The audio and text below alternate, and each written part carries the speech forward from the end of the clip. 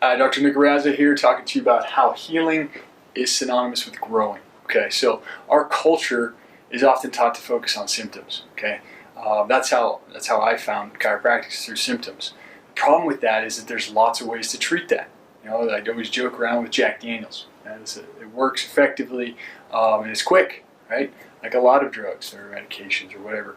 But ultimately, the problem with that is that it's not addressing the cause. Okay, so the care that you're working on now, this whole program, is addressing the cause of the symptoms, the problems that you're dealing with.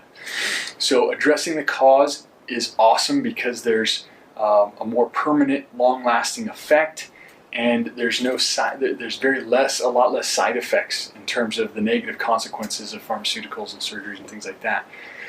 But it takes longer, just like healing or building a bicep, or working out, building cardiovascular system, repairing your spine, your nervous system, your posture takes time. Okay, so the reason it takes time is as you remove the obstacles to your body's healing process, it starts to heal, and that's actually growing tissue. So tissue starts to grow. You got to think about it like your nails, like your hair, how quickly that happens, right? When you look at it, you feel like it's never going to happen. But you know that you have to clip your fingernails all the time, right? So same thing, you got to keep getting these haircuts. So healing typically in our office is going through a program like this. It's like this. It's up and down, like the stock market, up and down, but it's on the way up. It's a trajectory that goes that way, which is the exact opposite of sickness and disease. Because a lot of times, and you could probably relate to this having come in here, is like, oh, I didn't have pain, and now I have some pain, and oh wait, it got better. But now it's happening more frequently, and it's more intense, and it happens more longer duration. And those are the markers that you want to look for as you go through this process. Is that frequency should be decreasing, duration should be shrinking, and the intensity should be reducing.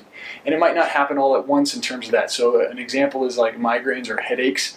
It's like you used to have 4 a week, and now you have 2 a week. Okay, so you're still having headaches, yes, but 50% less. You got 50% more days that aren't impacted with that health or a headache issue.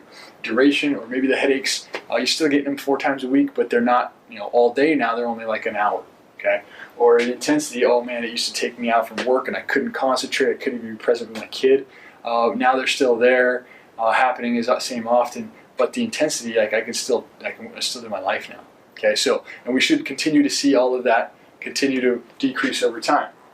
There's going to be setbacks. There's always flare-ups that happen with the healing process. So just be patient. Keep an eye on where you've been and where you're going. Okay, really, if you can keep that in mind, you're really going to, when the dips happen, you just stay focused and motivated, and you got to celebrate the wins. We have a progress bell out there, so when you notice, hey, I had a week with no headaches or whatever that is, it's not always going to be that way. You're going to have a dip. But just celebrate. Hit the bell, get some claps, because it's really an awesome thing. You should be happy. You're getting your health, you're getting your freedom back. So have an awesome day, and remember, health is freedom.